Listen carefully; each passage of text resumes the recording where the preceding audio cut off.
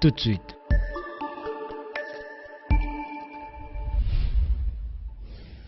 Le journal.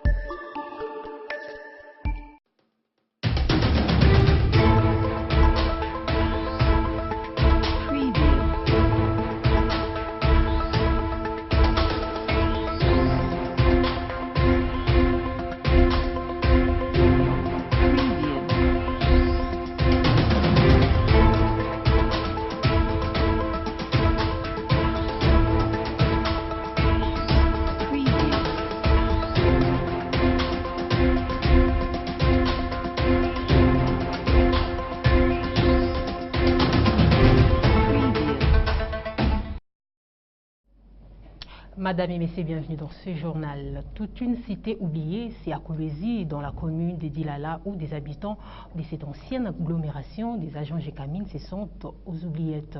Du coup, ils crient au manque d'équité dans le chef des décideurs. Pour eux, leur cité des Moussonoï mérite aussi des écarts dans le projet de la province. Odilon Mouepi. Quand des véhicules se transforment en navires, ça ne se passe que sur les routes de Moussonoï. Pourtant, les usagers n'y prennent pas plaisir.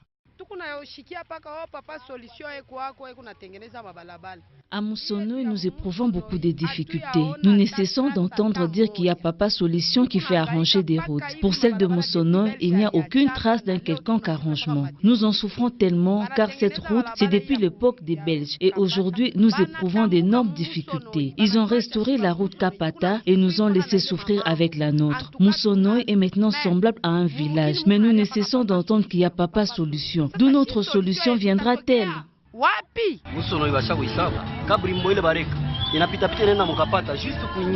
Moussonoï est déjà oublié. L'asphalte mise il y a peu mène directement à Kapata. À l'entrée de la route Kapata, il y a des flaques d'eau successives avec des pierres s'y trouvant. C'est un danger pour les véhicules. Puisse-t-il aussi voir l'état de la route Moussonoï pour y trouver une solution? Plus grande cité de la Gécamine en termes de superficie, Moussonoï était réputée pour son cercle recréatif, pour le service administratif et de gestion, la Gécamine SAG, et sa proximité, la grande mine à ciel ouvert de l'Afrique centrale, Kamoto Oliviera, Cove. Mais depuis un certain temps, Moussonoï n'est plus que l'ombre de lui-même. Les problèmes de Moussonoï, pour nous les motards, nous implorons beaucoup, nous demanderons à Papa Solution, comme il est nommé Solution, il est solution de tout le monde, de la province d'Iloalaba, qu'il vienne aussi ici chez nous à Moussonoï pour qu'on puisse confirmer les notes de Solution ici à Moussonoï. Parce qu'on ne peut pas parler de Papa Solution et puis nous voyons les routes ne sont pas asphaltées ici chez nous à Moussonoï. Donc c'est implorable. Les habitants de cette cité se sont oubliés par le projet de la province. Selon certains habitants, la visibilité de la province est sélective et partielle.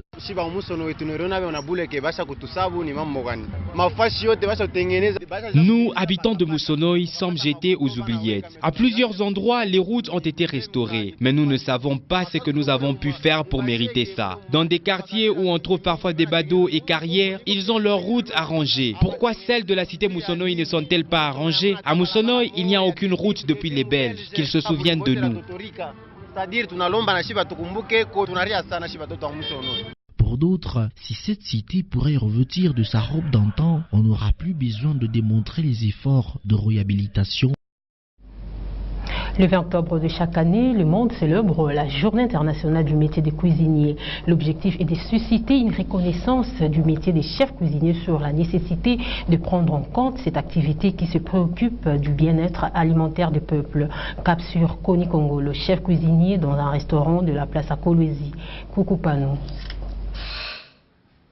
Il est 7 heures juste, l'heure à laquelle Koni Kongolo Chambouyi est déjà à son poste.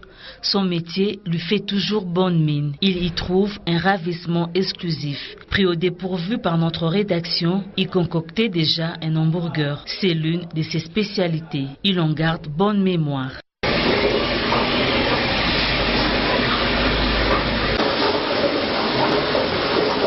Ma première commande que j'ai faite, c'était l'hamburger.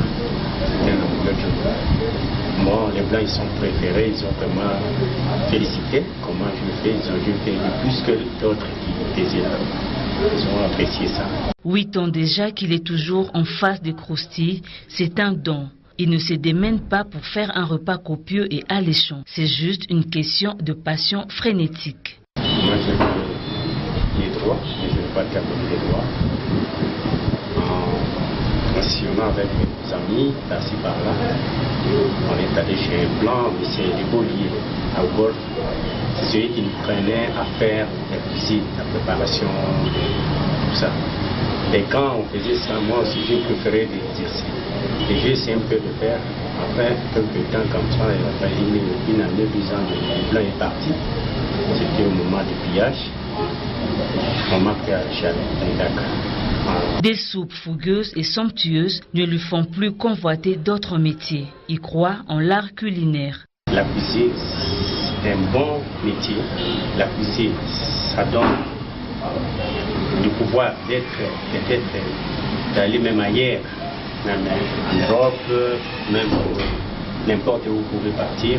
On ne le dit pas souvent, le métier de chef de cuisinier fait partie des activités d'avenir pour une planète entière. C'est le garant de la santé alimentaire des citoyens. Je peux vous poser une question Tombé des rideaux ce vendredi 19 octobre d'un atelier sur la transparence des revenus infranationaux des opportunités de développement local dans les secteurs extractifs à Mounpalas, en territoire de Muchacha, à Kolwezi. Plusieurs points ont été abordés, notamment celui qui a porté sur le rôle que joue le gouvernement central et provincial, la société civile et les partenaires internationaux dans tous les processus.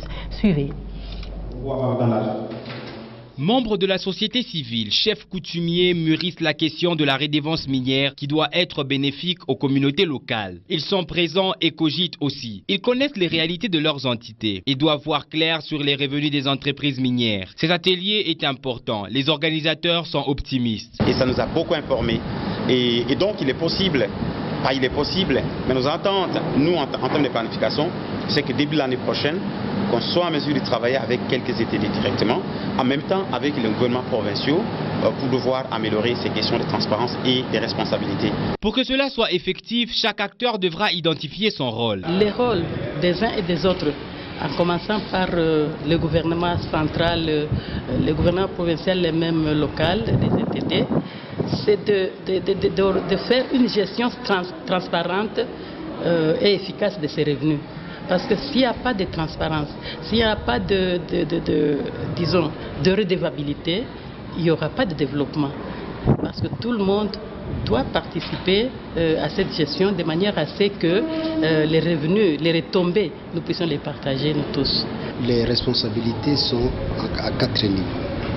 Il y a celles qui reviennent au pouvoir central, il y a ceux qui reviennent aux provinces, ceux qui reviennent à la société civile, celles qui reviennent aux partenaires financiers techniques, donc les saisons au Niger.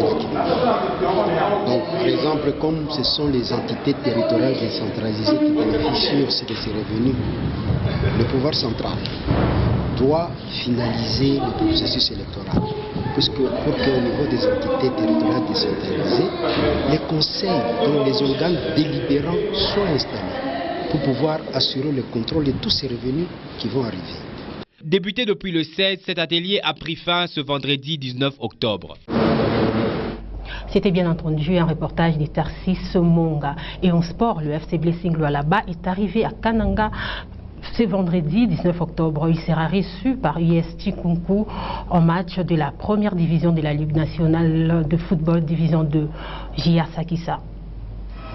Ils sont déterminés à faire mieux de le début de la compétition dans une délégation composée de 28 personnes, dont 20 joueurs et 8 membres du comité. L'enjeu de ces matchs est détail. La santé de l'équipe va très bien. Il y a eu une première délégation qui est arrivée hier.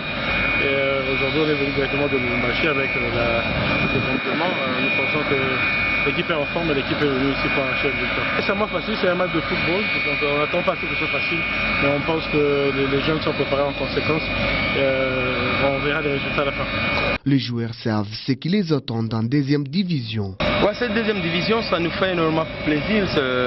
c'est pour nous de montrer de quoi nous sommes capables et améliorer notre jeu ainsi que nos talents en général. Blessing sera reçu par IS Chinkunku samedi 20 octobre à 15h30 au stade de jeunes. Ce journal est terminé. Merci de l'avoir suivi. L'actualité se poursuit sur www.wangu.info.